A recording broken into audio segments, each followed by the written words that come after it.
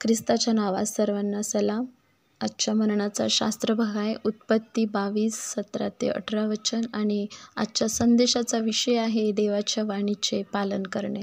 जर आपण वचन 17-18ची पार्श्वभूमी अध्याय 22 प्रमाणे जर पाहिली तर आपणास पाहावयास मिळते की अब्राहमाने परमेश्वराची आज्ञा पाळली, म्हणजे त्याने देवाच्या वाणीचे पालन केले.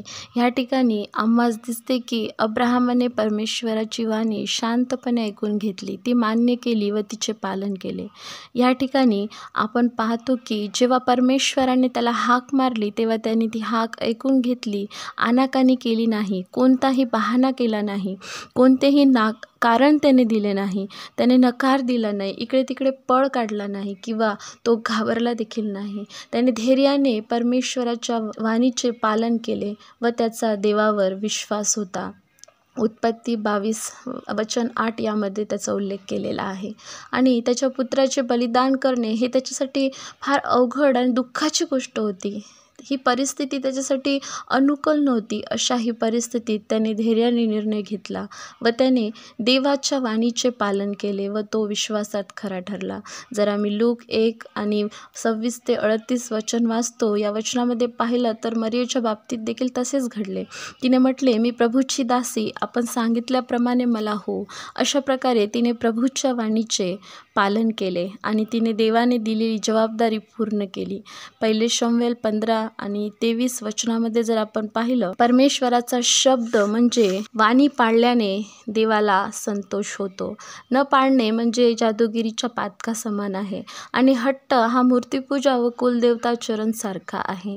तसे केल्यामुळे शौलाला राज्यपदावरून झुगारून देण्यात आले. मत्तई 4:4 सांगते की मनुष्य केवळ भाकरीने नव्हे तर परमेश्वराच्या मुखातून निघणाऱ्या वचनानं जगेल. म्हणजेच देवाच्या वाणीचे पालन केल्याने जीवन मिळते, आशीर्वाद मिळतो, नावलौकिक व प्रसिद्धी मिळते.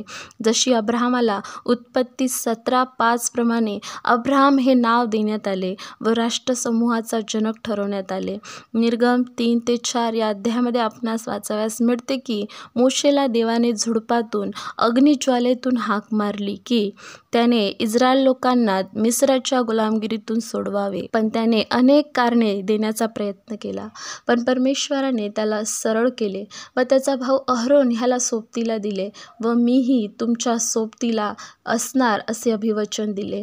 आणि आपण पाहतो की मोशेने एवढ्या मोठ्या इस्रायल लोकांचे नेतृत्व केले आणि पूर्ण इस्रायलमध्ये मोशे समान परमेश्वराच्या प्रत्यक्ष परिचयाचा असा कोणी नाही असे परमेश्वराने म्हटले. अनुवाद 34 आणि 10 वचनामध्ये सांगितलेले आहे. अनुवाद 28 1-14 या वचनामध्ये सांगितल्याप्रमाणे आपण पाहतो की देवाच्या वाणीचे पालन केल्याने कसे आशीर्वाद मिळतात. म्हणून आपण कोणत्याही परिस्थितीमध्ये आम्ही देवाच्या वाणीचे आज्ञा पालन करणे, कोणत्याही प्रकारचे कारण देऊ नये आणि देवापासून पळ काढू नये, तर धैर्याने निर्णय घ्यावा. देवबाप या वचनाच्याद्वारे तुम्हाला आणि मला आशीर्वादित करू. आपण ह्या वचनासाठी प्रार्थना करू. प्रिय देवा, आम्ही तुझे मनापासून आभार मानतो की खरंच आज्ञा पालन केल्याने प्रभू तू आम्हाला अलौकिक आशीर्वाद देणारा परमेश्वर आहे. प्रभू, तुझ्यापासून पळ न काढता तुझ्या आज्ञाचे पालन करणारे आम्हाला तू लोक बनव. प्रभूची धन्यवाद करतो. ह्या वचनाच्याद्वारे आम्हा सर्वांना तू आशीर्वादित कर. येशूच्या नावात प्रार्थना केली म्हणतो एक पित्या, आमेन.